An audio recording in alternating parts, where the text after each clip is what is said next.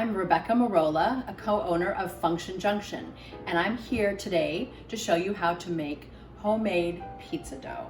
This is the Neapolitan style, which is my personal favorite.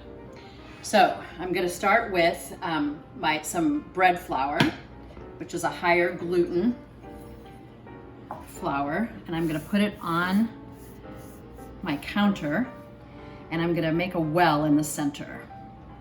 Okay, now I'm going to take some active instant yeast and dissolve it in some cool water. This is about 60 degrees temperature. So my yeast is dissolved, and I'm going to start by pouring some water into the center of my well. So I'm going to pour a little water in, and then I'm just going to mix that around with my fingers. We're going to incorporate the water into the flour to form the dough. Now you want to be careful and not get too excited about putting water in, because if you break a wall, you're going to have water flowing all over your countertop. At this point, I'm just going to start pushing the flour in, kind of grabbing it. It feels kind of messy now, but it'll all form into a dough. Okay, now one of my favorite tools that I use in my bread making is this dough cutter. It's got a straight edge on it, and I can use it to gather up the flour and dough that's kind of stuck to the counter, and I can just clean that up. Not only does it make my cleanup a lot easier at the end, but I can incorporate all that flour and dough so that there's no waste. Now, the longer I knead this, the more dough will come off my fingers, but the first thing I need to do now is set my timer. I'm going to set my timer for 10 minutes, and then I'm going to knead. Just going to do this for a while. I'm going to give you a break, and we'll check back in a few minutes, and you can see where the dough has landed. So we're about 5 minutes into the kneading process, and you can see that the dough has become smooth and elastic, and this is a really happy dough. But we're not done yet, so I'll be back when we hit 10 minutes. And so we are nearing the end of our 10 minutes. You can go 10 to 15. Oh, there's my timer. But truthfully, at the end of 10, I'm tired, and it's nice and elastic. So here you see it. We're now going to cover it and let it sit for another 10 minutes before we continue working with it. So we've let our pizza dough rest for about 10 minutes. We're going to give it a quick knead for about 10 seconds. Okay. Now, what I'm going to do is I want to cut this into 5 equal parts. So I'm going to turn my scale on now so I can determine. I've got 777 grams. So that's going to be about 155 grams per pizza dough. This recipe actually makes 5 balls. So I'm going to take this off using my dough cutter. It's a big one. 153.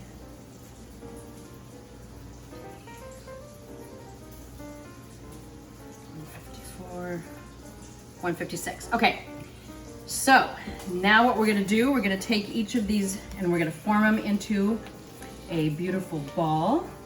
I'm going to grab my flour here.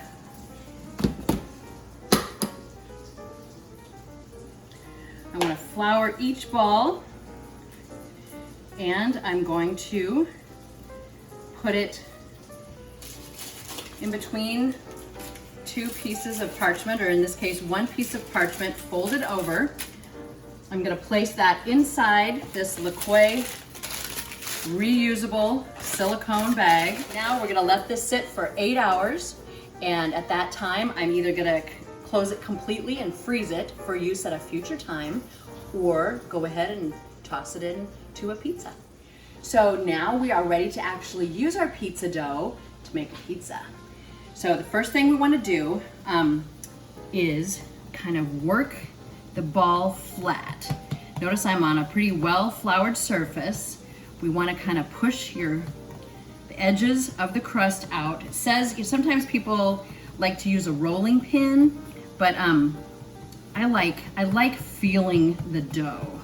And it's easier for me to tell if I'm stressing the dough, if I'm actually touching it with my hands as opposed to using a rolling pin. I just have the dough sitting on my knuckles, okay?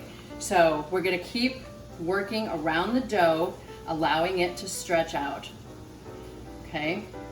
Now the edges are a little thicker, so I kind of hook my index finger under that edge, which allows the rest of the pizza dough just to kind of hang free, dangle. And as that's happening, you'll see that the dough itself is stretching thinner in the middle. Now you don't want it to tear. It's not like a pie crust where if you have a boo-boo, you can press it together and it'll hold. It's not quite like that. So you'll notice that if I drop it back on the counter, it'll kind of shrink back up to where it was before. What I want to do though is to prepare my pizza peel by using some coarse ground cornmeal. Now this, Mary always says this reminds her of authentic pizza. She likes that cornmeal on the bottom. You can also use a slice of parchment paper, which when you're just starting out, I use the parchment paper to make sure that I am able to get my pizza dough off of the peel into the oven.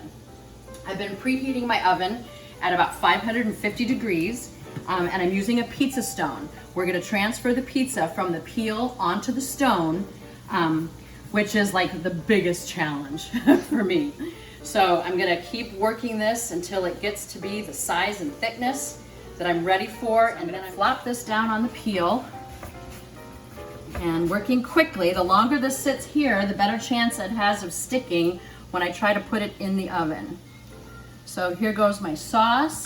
I'm just gonna spread that around. I'm gonna leave about a 1/2 inch distance. Not a ton of pepperoni, but it'll work. And then I'm gonna cover it with cheese. So here, you can follow me to the oven. We're gonna pop this puppy in. Cross your fingers, I can get it off the peel and not step on a dog.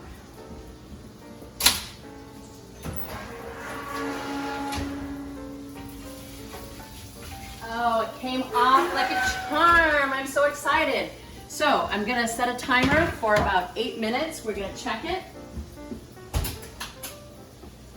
And if we've done it right, we'll have some delicious pepperoni pizza in less than 10 minutes. And here you have it, a homemade pepperoni pizza with Neapolitan crust. So I am Rebecca Merola, and it has been my pleasure to share with you my favorite pizza dough recipe.